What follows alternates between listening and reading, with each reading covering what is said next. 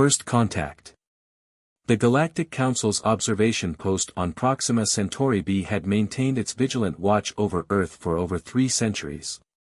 Senior observer Zyk Tal stood before the holographic display, their crystalline form reflecting the soft blue glow of Earth's image. The planet that had become both a source of fascination and terror for the entire galactic community continued its slow rotation, oblivious to the countless eyes studying its every move. Another breakthrough, Zyk Tal announced to the observation team, their voice carrying a mix of awe and concern. They've managed to achieve stable quantum entanglement communication across continental distances. The announcement sent ripples of unease through the observation chamber. It had been barely 2 decades since humans had mastered nuclear fusion, and now this. The speed of human technological advancement was unprecedented in the known galaxy. Assistant Observer Mrith, a newer addition to the team, moved closer to the display. How is this possible? Their industrial age began barely 3 centuries ago.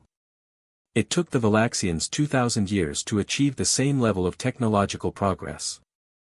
Zyk Tal's crystalline structure dimmed slightly, a sign of deep contemplation. That's precisely what makes them so fascinating, and dangerous.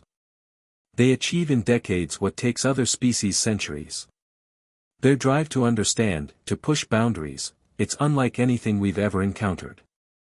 The observation post's central computer chimed, indicating an incoming transmission from the Galactic Council. The holographic display shifted, revealing the imposing figure of High Counselor Vermax, their energy form pulsating with urgency.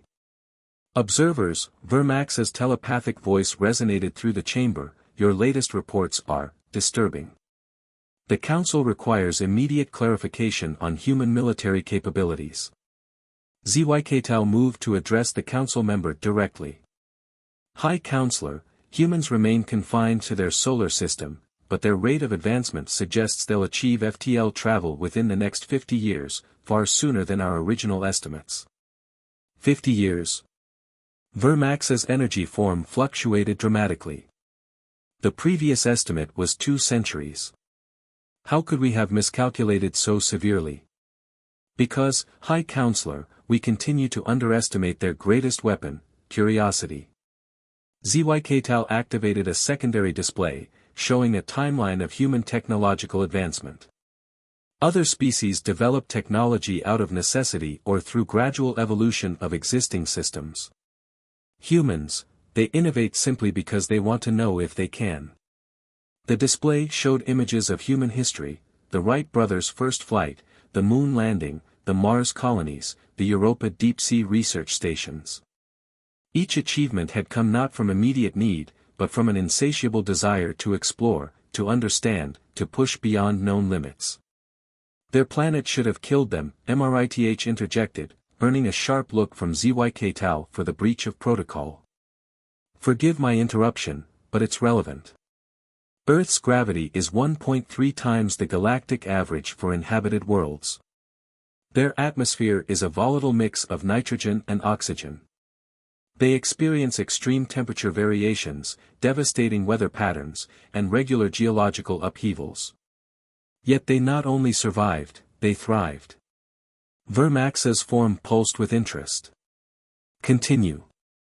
They turned their planetary challenges into advantages, Mrith explained, gaining confidence. The high gravity made them stronger than most species. The atmospheric composition forced them to develop robust respiratory and immune systems. The environmental challenges drove them to create increasingly sophisticated technologies for survival and comfort. Zyk Tal added, and now they're applying that same adaptive capacity to space exploration. Our latest observations show they're deliberately exposing themselves to even more extreme conditions in their space habitats, using genetic modification and cybernetic enhancement to adapt themselves rather than waiting for natural evolution. The High Counselor's energy form dimmed momentarily, a sign of deep concern. The Council's non-intervention policy regarding Earth was based on the assumption that their harsh environment would slow their development. If they're advancing at this rate, perhaps we should reconsider. A sudden alert cut through the chamber. All displays shifted to show a new reading from Earth. Zykl's crystalline structure paled as they processed the data. "High Counselor," they said, their voice carrying a tremor of disbelief, "we've detected an energy signature consistent with the early stages of a quantum fold drive." The chamber fell silent. Quantum fold technology was the basis for modern FTL travel, but it had taken the most advanced civilizations in the galaxy millennia to develop. Humans had just taken their first step toward it in less than 4 centuries since their Industrial Revolution. Vermax's form pulsed rapidly. How long until they achieve practical FTL capability? Zykel ran the calculations through the central computer. At their current rate of progression, less than 5 years. Impossible, Vermax declared, but their energy pattern showed uncertainty. "With respect, High Counselor," Zykel responded, "we've repeatedly declared human achievements impossible, only to watch them accomplish them anyway. They've turned their planet's hostility into strength, their isolation into motivation. They don't recognize limitations the way other species do." "The Council must be informed immediately," Vermax declared. "If humans achieve FTL capability this soon, it will fundamentally alter the balance of power in this sector. Their military potential." "That's just it, High Counselor," Mrith interrupted again, earning another sharp look from Zykel. "Our analysis suggests their primary motivation isn't military expansion. They're driven by exploration, by discovery. Yes, they have formidable military capabilities, but those appear to be a means to an end, protecting their ability to explore and learn." Vermax's form stabilized, showing deep thought. "Explain." "Their space programs began as military competitions," Mrith continued, "but quickly evolved into scientific endeavors. They've spent more resources on exploration and research than on weapons development. Their first Mars colony was a scientific outpost. Their Europa stations are purely for research. Even their military spacecraft are designed primarily for exploration and rescue operations." Zykel nodded, their crystalline form brightening. "The junior observer makes a valid point. Humans are dangerous not because they seek conquest, but because they're willing to risk everything for knowledge. They'll venture into situations other species would consider suicidal, experiment with technologies others would deem too risky, and push boundaries others wouldn't dare approach." The High Counselor's energy pattern showed mixed emotions. "You're suggesting we should fear their curiosity more than their weapons?" "Precisely," Zykel confirmed. "A species that treats their planet's hostile environment as a challenge to overcome rather than a limitation to accept, that views the impossible as merely difficult, that drives forward not from necessity but from pure desire to know. Such a species is unpredictable in ways that make military threat assessment almost meaningless." Another alert sounded, and Zykel quickly accessed the new data. Their crystalline structure flickered with surprise. "High Counselor, we've detected a new transmission from Earth. They're broadcasting into space, in Galactic Standard." The chamber erupted in chaos. Galactic Standard was the common language of spacefaring civilizations, but Earth had been carefully isolated from any contact. They shouldn't have had access to it. "How?" Vermax demanded. Zykel analyzed the transmission. They appear to have decoded it from our own observation communications. They've known we were watching them, and they've been studying us in return." The implications were staggering. Humans hadn't just been advancing their technology, they'd been quietly observing their observers, learning about the galactic community that thought itself safely hidden. "What does the transmission say?" Vermax asked, their energy form showing clear agitation. Zykel translated the simple message, "To our galactic neighbors, we see you. We come in peace. Let's talk." The observation chamber fell silent again, but this time the silence carried a different weight. Humanity hadn't just survived their hostile world, they'd mastered it. They hadn't just developed technology, they'd leapfrogged centuries of expected development. And now they hadn't just detected their watchers, they'd learned their language and extended a hand in friendship. High Counselor, Zyketal said finally, I believe we need to seriously reconsider our approach to humanity. They're not just another emerging species. They're something entirely new. Vermax's form pulsed one final time before responding. Agreed. The Council must convene immediately. Humanity's emergence into the galactic community can no longer be delayed. May the stars help us all understand what we're about to face. As the High Counselor's transmission ended, Zyketal turned back to the image of Earth, still rotating peacefully in its hostile environment. The planet that had been dismissed as too dangerous for intelligent life had produced perhaps the most dangerous intelligent life of all, not through malice or military might, but through an unquenchable desire to know, to understand, to explore. The galaxy was about to change, and no one, not even the ancient Galactic Council, could predict exactly how. The only certainty was that humanity's curiosity would continue to drive them forward, breaking barriers and challenging assumptions, terrifying and fascinating the universe in equal measure. The first steps. The Grand Assembly Hall of the Galactic Council had never been this crowded. Representatives from over 10,000 civilizations packed the crystalline chamber, their varied forms creating a kaleidoscope of colors, energies, and matter states. At the center of it all stood High Counselor Vermax, their energy form pulsating with barely contained anxiety as they prepared to make the announcement that would change the course of galactic history. The first human delegation was about to arrive. Our observers report their ship has entered the Centauri system, Vermax announced, causing a ripple of murmurs through the assembly. They've achieved this using their own independently developed quantum fold drive, barely 6 months after their first successful test.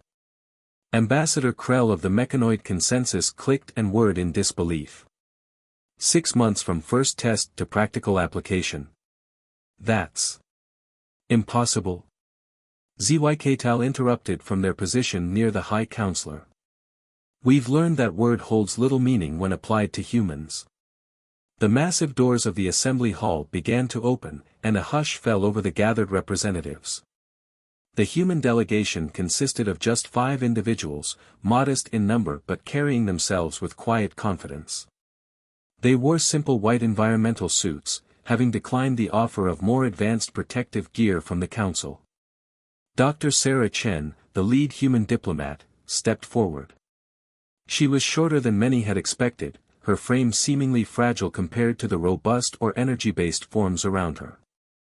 Yet there was something in her bearing that commanded attention. Esteemed members of the Galactic Council, she began, her voice clear and steady in perfect galactic standard, on behalf of humanity, we thank you for this opportunity to join the greater community of spacefaring civilizations. Vermax's energy form stabilized, attempting to project calm authority. We welcome you, representatives of Earth. Though we must admit, your arrival comes sooner than anticipated. A slight smile crossed Dr. Chen's face. Yes, we gathered that from your observation post's communications. We hope you'll forgive us for exceeding your expectations. The assembly hall erupted in surprised murmurs again. It was one thing to know humans had decoded their communications, it was another to hear it addressed so casually. Professor James Okonjo, the human delegation's chief scientist, stepped forward next to Dr. Chen. We've brought something we'd like to share with the Council, he said, producing a small device from his suit. A token of our commitment to open scientific exchange. Vermax's form flickered with curiosity. What is it? The complete plans for our quantum fold drive, Professor Okonjo replied. Along with several suggested improvements we've developed since achieving our first successful jump. The assembly hall fell into shocked silence. No civilization had ever freely shared their FTL technology upon first contact. Such knowledge was typically guarded for centuries, used as diplomatic leverage. Ambassador Krell's mechanical form whirred loudly. You would simply give away such valuable technology? Give away? Dr. Chen looked genuinely puzzled. Knowledge isn't a finite resource to be hoarded. It's meant to be shared, built upon, improved. We're not here to establish trade monopolies or military advantages. We're here to learn, to contribute, to grow together. The third member of the human delegation, Dr. Maya Patel, a xenobiologist, added, besides, we've already identified several fascinating variations in how different species might optimize the drive system. The mechanoid consensus, for instance, could achieve 23% greater efficiency by adapting the quantum field to their unique material composition. The casual way she delivered this assessment, an innovation that would have taken the mechanoids decades to develop on their own, sent another wave of murmurs through the assembly. Vermax's energy form pulsed rapidly. You've already analyzed potential adaptations for different species? Of course, Professor Okonjo nodded. We've been studying the biological and technological characteristics of every civilization we could identify from your communications. The possibilities for cross-species technological adaptation are fascinating. The fourth human delegate, Commander David Rivera, spoke up for the first time. We understand our rapid advancement has caused some concern among council members. We hope that by being completely open with our technological developments, we can ease those fears. The fifth delegate, Dr. Lu Wei, an expert in galactic cultures, added, we've reviewed the histories of various first contact scenarios in your archives. Too often, technological disparities led to misunderstandings and conflicts. We'd rather avoid that path entirely. Vermax's form stabilized as they processed this.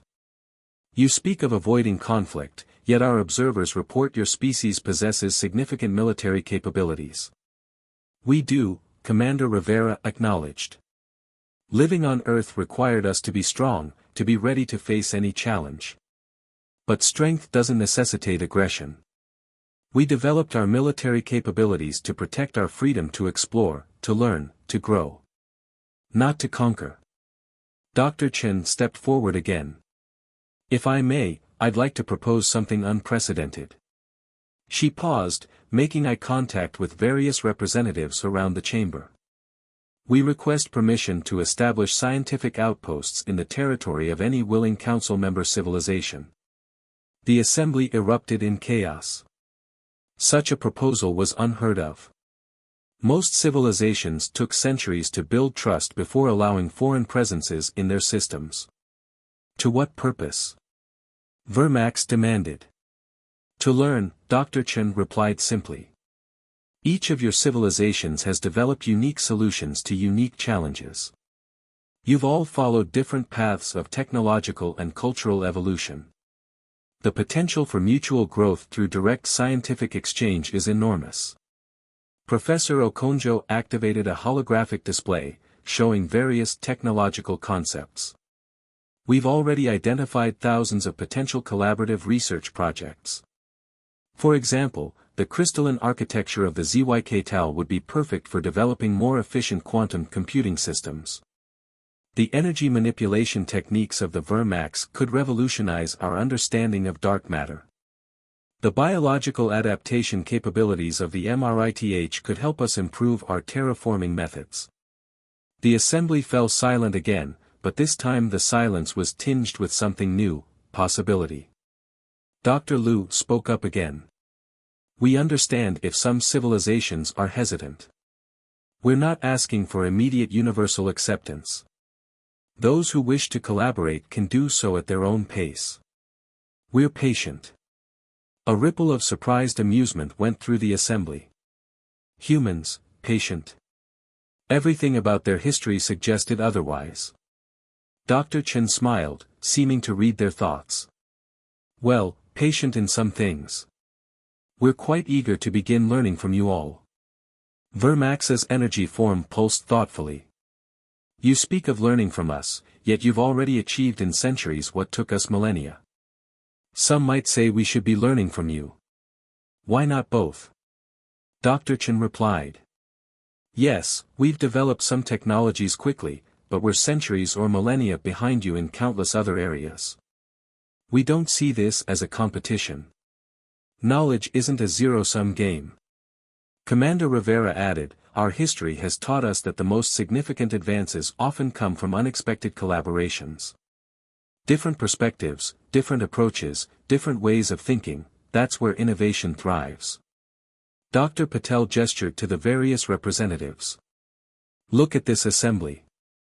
Every species here evolved under different conditions, developed different solutions to different challenges. Imagine what we could achieve by combining all that knowledge, all that experience. The assembly hall buzzed with increasing excitement as the implications began to sink in. The humans weren't arriving as conquerors or competitors, but as collaborators. They weren't seeking to dominate with their rapid advancement, but to share it, to learn from others, to grow together. Vermax's form brightened. You truly believe such open collaboration is possible? We don't just believe it, Dr. Chen replied. We're counting on it. The universe is vast, its mysteries endless. No single species can hope to understand it all alone. But together? She smiled. Together, there's no limit to what we might discover. The assembly hall erupted in discussion, but this time the tone was different. The fear and suspicion that had colored earlier conversations about humanity were being replaced by curiosity and possibility. As the human delegation began fielding questions from various representatives, Vermax turned to Zyk. Perhaps we were wrong to fear their curiosity. Zyk's crystalline form sparkled. No, High Counselor. Their curiosity is still terrifying, but perhaps that's exactly what the galaxy needs. They don't just ask questions, they make others want to ask questions too. They don't just seek knowledge, they inspire others to seek it with them. Vermax watched as Dr. Chen engaged in animated discussion with a group of energy-based beings, while Professor Okonjo exchanged technical data with some mechanoid representatives. Dr. Patel was already deep in conversation with a group of crystalline entities about biological adaptation, while Commander Rivera discussed defense technologies with some silicon-based life forms. Dr. Liu moved between groups, facilitating cultural understanding and breaking down communication barriers. You're right, Vermax admitted. Their curiosity is contagious. They make the impossible seem not just possible, but inevitable. And somehow, that's both terrifying and wonderful. As the discussions continued late into the galactic night, it became clear that humanity's entrance into the galactic community would indeed change everything, not through force or fear, but through an insatiable desire to learn, to share, to grow, and to bring others along on that journey of discovery. The universe would never be the same, and perhaps that was exactly what it needed. The Knowledge Seekers. 5 years after humanity's historic first contact with the Galactic Council, the observation post on Proxima Centauri b had been transformed into something unprecedented, the galaxy's first truly multi-species research facility. Where once hidden observers had watched Earth with trepidation, now scientists from across the galaxy worked alongside humans in open collaboration. Dr. Elena Rodriguez stood at the facility's central hub, her environmental suit modified with crystalline interfaces that allowed her to interact seamlessly with her Zyk colleagues. The massive holographic display before her showed real-time data from thousands of research projects across hundreds of worlds. The results from the Sirius outpost are in, she announced to the assembled team. The hybrid quantum crystalline computing architecture is stable. We're seeing processing speeds that exceed our most optimistic projections by several orders of magnitude. Kyx Tao, a young Zyk Tao researcher whose crystalline form sparkled with excitement, moved closer to examine the data. The integration of our crystalline matrix with human quantum algorithms has created something entirely new. Neither of our species could have achieved this alone. That's becoming a common theme, Elena smiled. She gestured to another section of the display, where data streamed in from the Vermax Energy Research Station in the Arcturus system.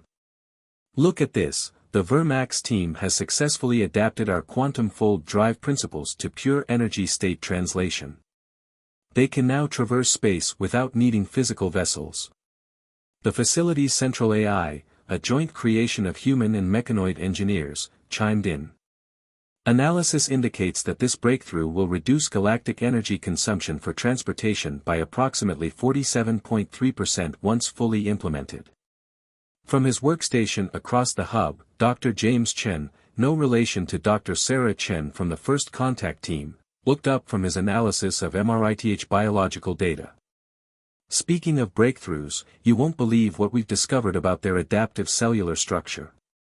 It could revolutionize our approach to environmental adaptation. Elena moved to his station, her suit's crystalline interfaces automatically adjusting to interface with the biological data displays. What she saw made her catch her breath. The MRITH cellular structure didn't just adapt to environmental changes, it anticipated them. Are you thinking what I'm thinking? James asked, his eyes bright with possibility. Terraforming, Elena nodded. If we could incorporate this predictive adaptation into our terraforming systems, we could reduce terraformation time by up to 60%, the AI completed. Additionally, the adapted environments would be more stable and self-maintaining. Kwixtao's form dimmed slightly, their equivalent of a thoughtful frown. The speed at which humans connect disparate fields of knowledge remains unsettling. You see patterns and possibilities that take other species decades to recognize. It's not that we're smarter, Elena assured her colleague. We're just impatient. Living on Earth taught us that waiting for perfect solutions often means waiting too long. Sometimes you have to take intuitive leaps. The facility's alert system suddenly chimed, indicating an incoming transmission from one of the more distant research outposts. The holographic display shifted to show Dr. Maya Patel, now the director of xenobiological research for the entire collaborative network. Elena, James, everyone, you need to see this. Maya's expression was intense with excitement. We've just made contact with a non-corporeal species in the Vega sector. They exist purely as patterns of thought in subspace. The hub erupted in activity. Non-corporeal intelligence had been theoretical until now, though many species had hypothesized their existence. How did you even detect them? James asked, already pulling up the raw data from Maya's outpost. We didn't, technically, Maya admitted. They detected us. More specifically, they detected our quantum consciousness research and decided to make contact. Elena's eyes widened. The Quantum Consciousness Project had been one of humanity's more controversial initiatives, an attempt to understand consciousness itself as a quantum phenomenon. Many species had considered it too dangerous to pursue. They say they've been watching our research with great interest, Maya continued. Apparently, we're the first species they've encountered who's come close to understanding the true nature of consciousness as a fundamental force of the universe. Kwixtao's form pulsed with surprise. But your species is so young. How could you have advanced so far in such complex theoretical work? Because we didn't know it was supposed to be impossible, Elena replied simply. We saw a question and decided to try answering it. That's kind of our thing. The AI interjected, statistical analysis shows that 73.8% of major human scientific breakthroughs occurred in areas other species had deemed too difficult or dangerous to pursue. The hub's doors opened to admit Ambassador Krell of the Mechanoid Consensus, their mechanical form humming with what Elena had learned to recognize as excitement. Speaking of breakthroughs, the Human Mechanoid Cybernetics Project has achieved another milestone. The holographic display shifted again, showing a human researcher at the mechanoid homeworld. The researcher's neural interface was unlike anything previously developed, a perfect fusion of organic consciousness and mechanical efficiency. The integration is complete? Elena asked, studying the data scrolling across her display. Beyond our most optimistic projections, Krell confirmed. Human neural plasticity combined with our quantum processing architecture has created something entirely new. The researcher's consciousness can fully interface with our mechanical systems while maintaining complete biological autonomy. James whistled softly. The applications for space exploration alone are staggering, the AI completed. This technology would allow biological beings to directly control spacecraft as extensions of their own consciousness, while still maintaining their organic nature. Maya's transmission flickered as she processed this news. The non-corporeal beings will be very interested in this. They've expressed particular fascination with humanity's ability to bridge the gap between physical and non-physical states of existence. Elena turned to Quetzal, noting their crystalline form had dimmed further. Something's bothering you? It's just. Quetzal's form flickered uncertainty. In the past 5 years, humanity has helped revolutionize nearly every field of science in the galaxy. You've challenged assumptions that have stood for millennia. You've pursued research others feared to attempt. You've combined technologies in ways no one had imagined. And you've done it all while actively encouraging other species to join you in these pursuits. Is that a problem? Elena asked gently. It's terrifying, Quetzal admitted. Not because we fear what you might do, but because you make us question everything we thought we knew. You make us wonder what else we might have missed, what other possibilities we never considered because we thought we knew the limits. Elena smiled. That's exactly the point. There are no limits, only the ones we create in our own minds. Every species in the galaxy has something unique to contribute. We're not special because we're smarter or better, we're just really good at asking, what if, and then being stubborn enough to find out. The AI's voice carried a note of what might have been amusement. Analysis of human historical records shows that approximately 62% of major human discoveries began with someone asking, I wonder what would happen if. Ambassador Krell's mechanical form whirred thoughtfully. Perhaps that is why humanity has had such a profound impact on galactic science. You don't just pursue knowledge, you inspire others to pursue it with you. You make the impossible seem not just possible, but inevitable. Maya's transmission crackled with sudden excitement. Speaking of the impossible, the non-corporeal beings have just made an interesting proposal. They want to attempt a direct consciousness-to-consciousness exchange with a human participant. The hub fell silent. Such an exchange between corporeal and non-corporeal beings had never been attempted. The risks were unknown and potentially catastrophic. Elena found herself grinning. When do we start? Elena. Quetzal's tone was worried. I know, Elena laughed. It's potentially dangerous, completely unprecedented, and might alter our fundamental understanding of consciousness itself. Her eyes sparkled. Isn't it wonderful? As the hub erupted in discussion about protocols and safety measures for the consciousness exchange experiment, Quetzal watched the humans in the room. They were all showing signs of excitement rather than fear, eager to push into unknown territory. The AI's voice spoke quietly to Quetzal. Human historical records indicate that this response is typical. When faced with the unknown, humans display a 78.4% tendency to respond with curiosity rather than caution.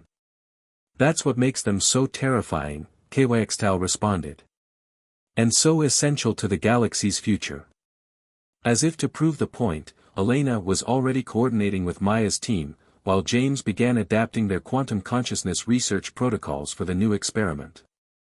Ambassador Krell was proposing modifications to their neural interface technology to facilitate the exchange, and the AI was running countless simulations of possible outcomes. The galaxy was changing, knowledge expanding at an unprecedented rate, and at the heart of it all was humanity's endless curiosity, their relentless drive to ask, what if, and their stubborn determination to find out the answer, no matter what. The universe had never been so terrifying, or so exciting. The Defenders. The emergency alert echoed through the Galactic Council's chambers with an urgency not heard since humanity's first contact a decade ago. High Counselor Vermax's energy form pulsed with concern as reports streamed in from the Orion sector. The Kraxan Empire, a notoriously aggressive species that had refused all attempts at diplomatic contact, had launched a massive assault on the fledgling civilization of the CLLY. It was a familiar pattern, the strong preying on the weak, a story as old as the galaxy itself. But this time, something was different. Human vessels detected in the CLLY system, the Council's strategic AI announced. Multiple ships of unknown configuration. Energy signatures do not match any known human military vessel. Vermax's form flickered with surprise. The humans had established a small scientific outpost in the CLLY system, but they weren't supposed to have significant military presence there. The Council had strictly regulated the placement of military forces to maintain galactic stability. The massive display at the center of the chamber showed the unfolding situation. The Kraxan fleet, over 300 ships strong, had expected an easy victory over the primitive CLLY defenses. Instead, they found themselves facing something unprecedented.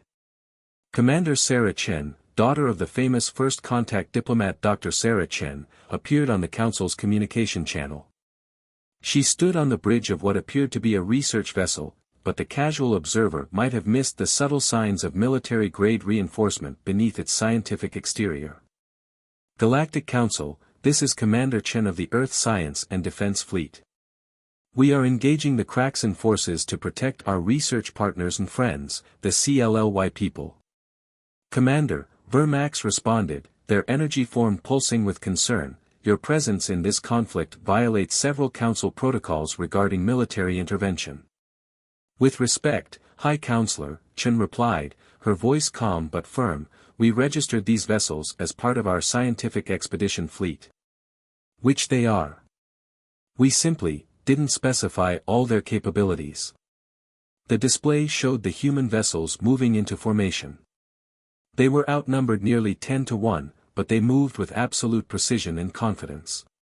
Tactical analysis, the Council AI announced, human vessels appear to incorporate multiple technological innovations from various species.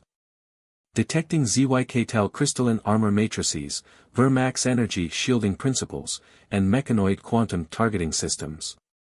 Ambassador Krell's mechanical form whirred in surprise. They've weaponized our collaborative research. Not weaponized, Commander Chen corrected. Adapted. Everything we learned through scientific exchange has helped us become better defenders. We've even incorporated some CLLY concepts into our ship designs. They have fascinating ideas about fluid dynamics that improved our maneuverability by 40%. The display showed the Kraxan fleet launching their first wave of attacks. Their energy weapons, known for their devastating power, splashed harmlessly against the human vessel's hybrid shields. As I said, Chen continued, her ship still holding position, we're here as defenders, not aggressors. Making one final attempt at diplomatic contact. She opened a channel to the Kraxan fleet. Kraxan Empire vessels, this is your only warning. The CLLY are under human protection. Withdraw immediately. The Kraxan response came in the form of intensified weapons fire. The human vessels remained unmoved, their hybrid shields adapting and strengthening with each impact. Very well, Chen sighed. Initiating defense protocols. What happened next left the Council chamber in stunned silence.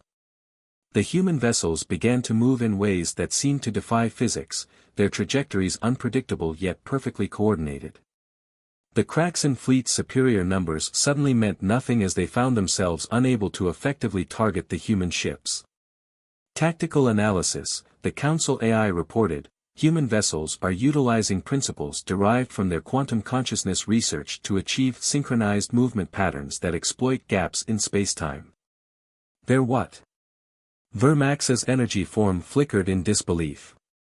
We had a breakthrough in our consciousness transfer experiments with the non-corporeal beings, Chen explained casually, as if discussing weather patterns rather than revolutionary military technology.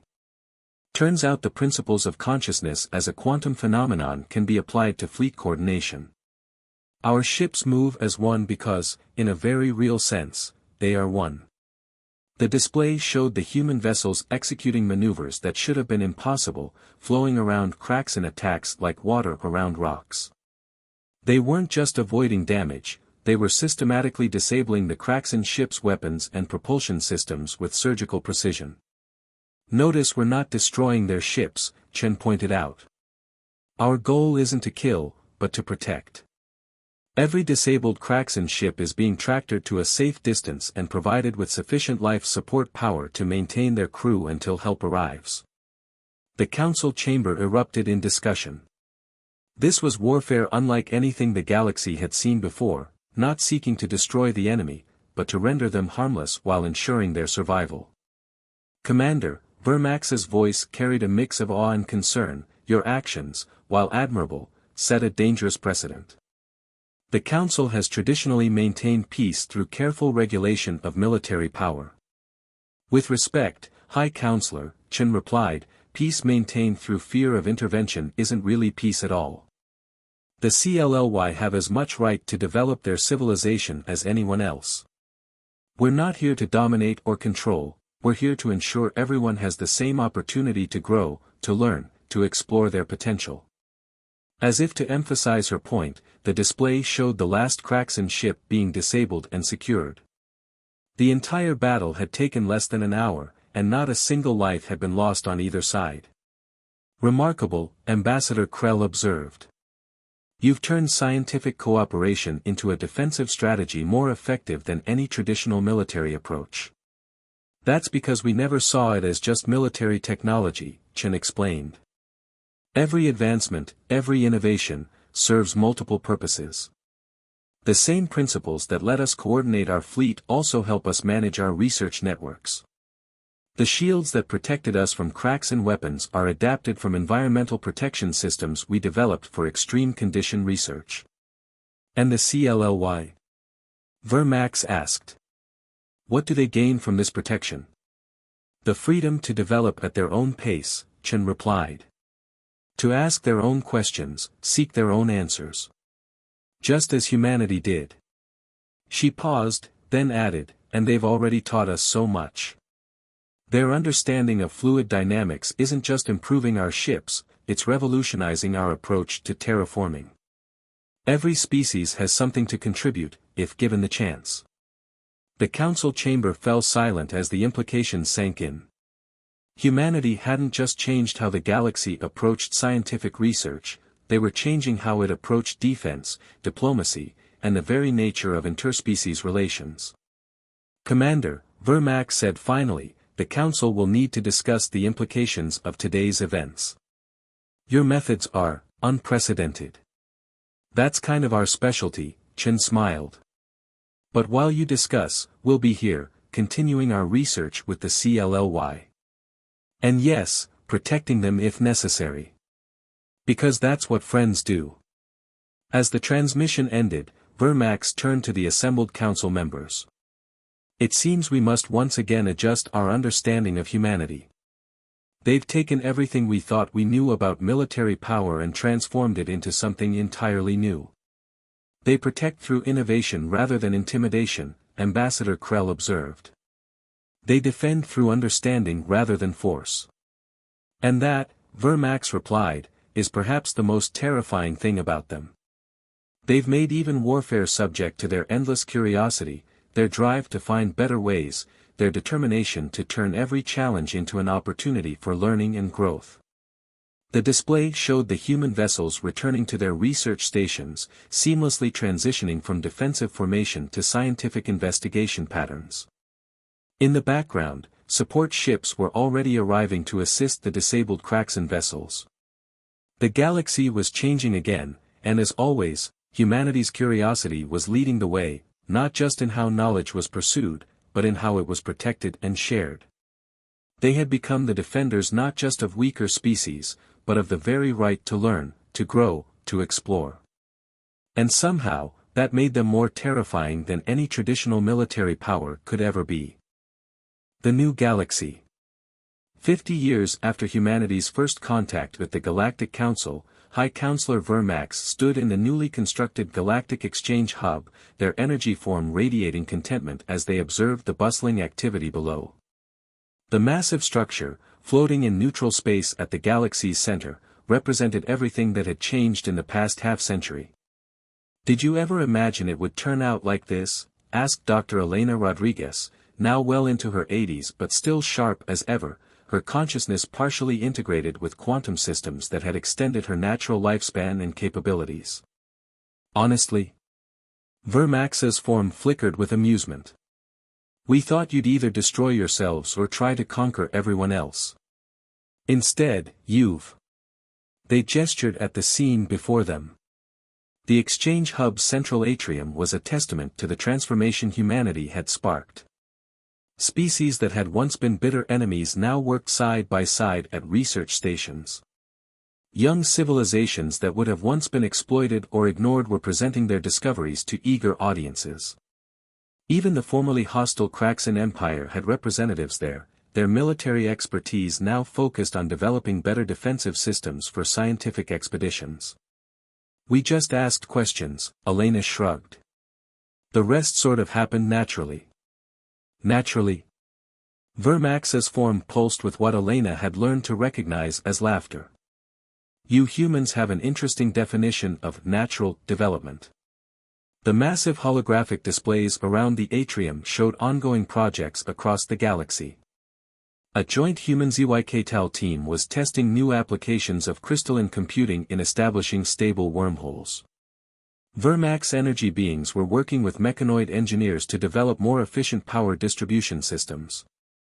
The CLLY, now a rising power in their own right, were leading breakthrough research in theoretical physics. Speaking of development, Elena said, checking a notification on her neural interface, the first trial of the Galactic Consciousness Network was successful. Vermax's form brightened with interest. The project actually worked. Better than we expected, Elena nodded.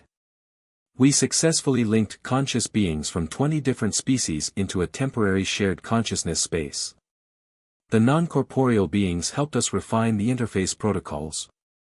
The potential applications for education, research, and cultural exchange are enormous. And to think, Vermax mused, just 50 years ago, we were terrified of your rapid technological advancement. Now, we're willingly linking our consciousness with yours. A commotion near the atrium center drew their attention. A group of young Kraxan scientists was excitedly presenting their latest research to a mixed audience. Their natural aggressive energy was now channeled into passionate scientific discourse rather than military conquest. That's still my favorite part, Elena smiled. Watching former warriors become explorers. The Kraxan understanding of energy weapons has revolutionized our power generation technology. Who would have thought? Humans would have thought, Vermax replied. That's what makes you so terrifying, isn't it? You don't just see what is, you see what could be. The Hub's AI system, a descendant of the original human-mechanoid collaboration, chimed in through their neural links. Statistical analysis shows that cross-species collaboration has increased by 3,000% in the past 5 decades. Scientific advancement rate has increased by 1,200%. Conflict between civilizations has decreased by 87%.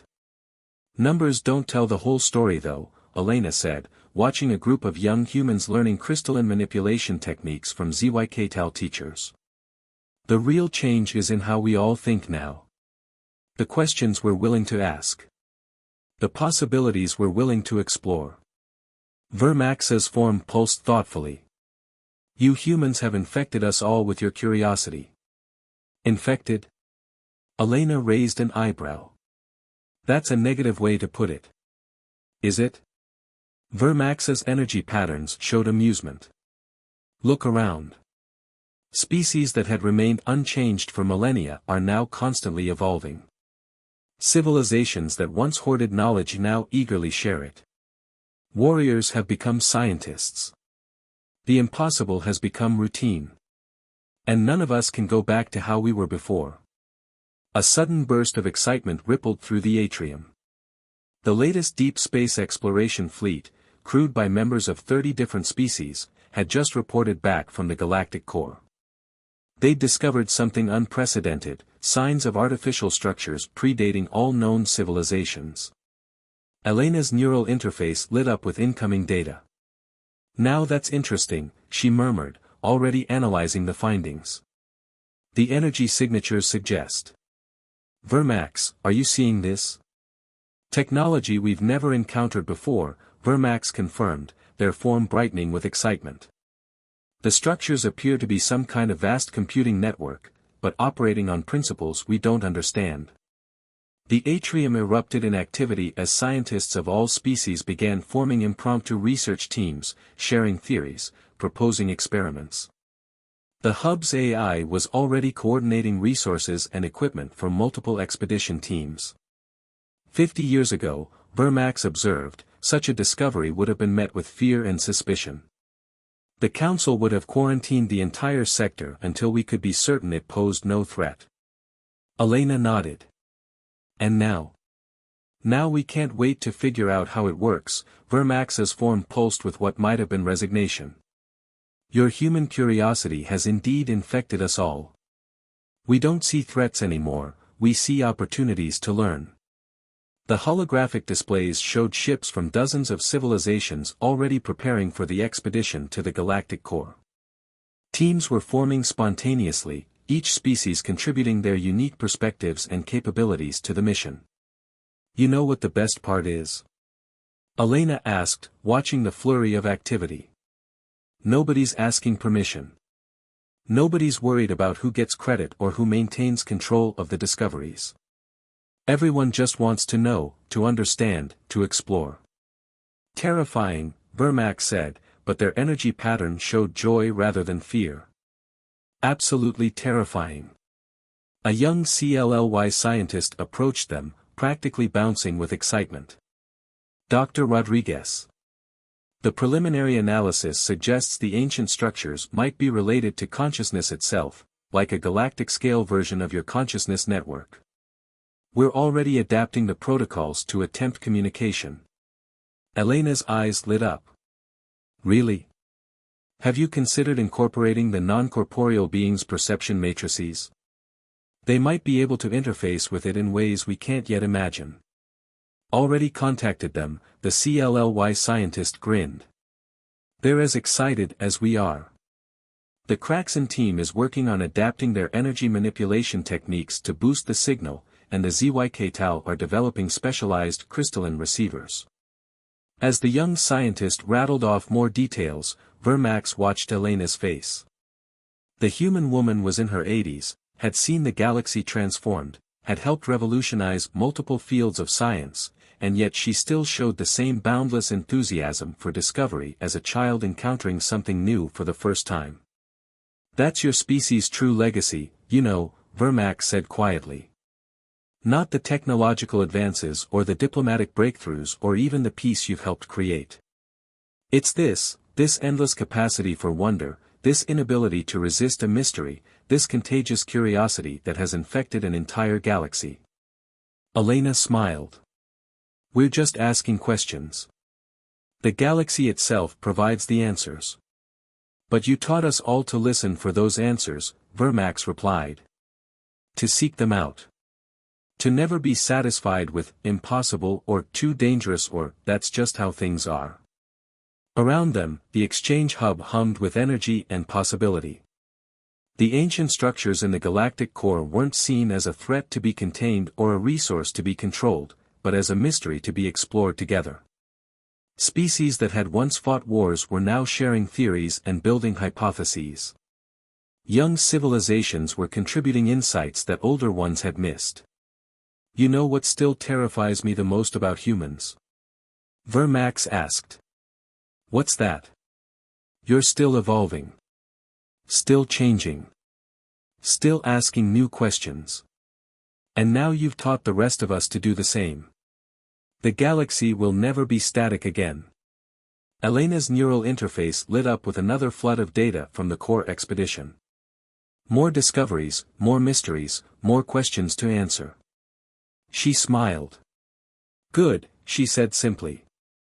The galaxy had indeed changed forever, transformed not by force or fear, but by that uniquely human trait that had proven more powerful than any weapon, more revolutionary than any technology, more infectious than any disease, curiosity. The universe was vast and full of mysteries, but now, at last, all its inhabitants were united in the desire to explore them together. And that was exactly how it should be.